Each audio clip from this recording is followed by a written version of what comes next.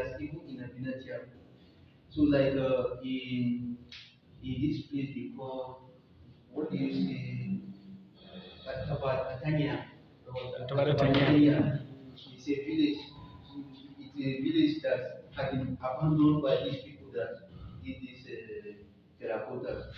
You still have their pots, those 2 years that they used to melt iron to make all these things. They are still found up to today in America. So these people, nobody knows who they are. But from the pictures of this terracotta they made, like for example, the beads they made, because some of the terracotta they have plenty beads like this, and then the hairstyling. Some of our people still do this one, or still did it when the colonial masters were here.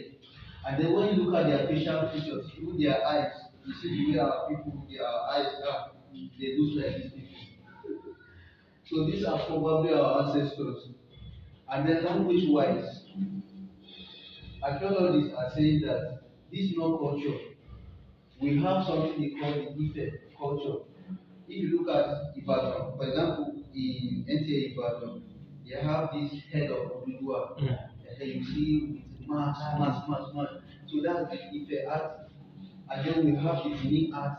Benin art are made with bronze.